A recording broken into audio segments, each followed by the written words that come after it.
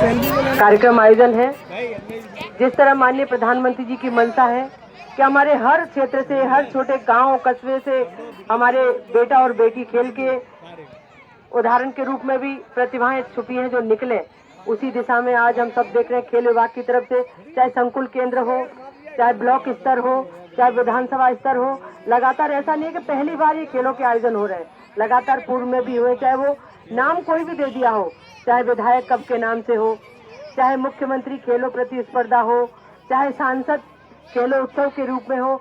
उद्देश्य यही है कि हमारी जो खेलकूद में जो प्रतिभा है नीचे तक गांव-गांव तक छुपी है, उनको निकालकर आगे देश के लिए ले जाना और उनके हुनर को, उनके अच्छे जो खेल में जो खेलते हैं उनको निखारते हुए उनको आगे बढ़ाना।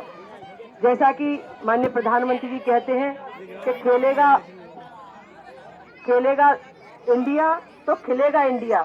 इसी तरह यहाँ छोटे छोटे जो बालक बालिकाएं बैठे, आप सब खेलोगे तो आप सब खिलोगे।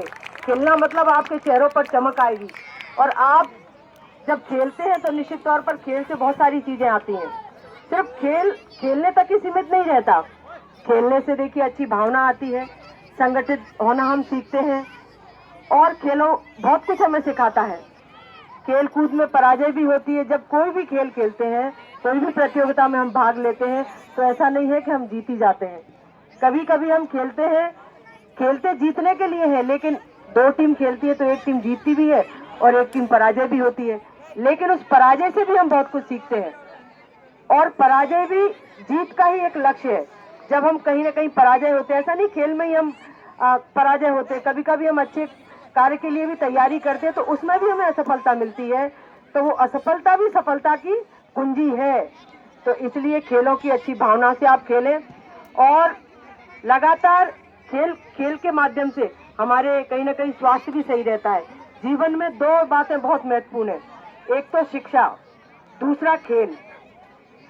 शिक्षा भी इसलिए आवश्यक है क्योंकि कहीं भी हम भविष्य में आगे जाएंगे तो हमें हर मोड़ पर शिक्षा की जरूरत पड़ेगी, और खेल इसलिए आवश्यक है कि खेलेंगे कूदेंगे तो हमारे भविष्य में हम स्वस्थ रहेंगे, किसी भी मुसीबत से लड़ने के लिए सक्षम रहेंगे।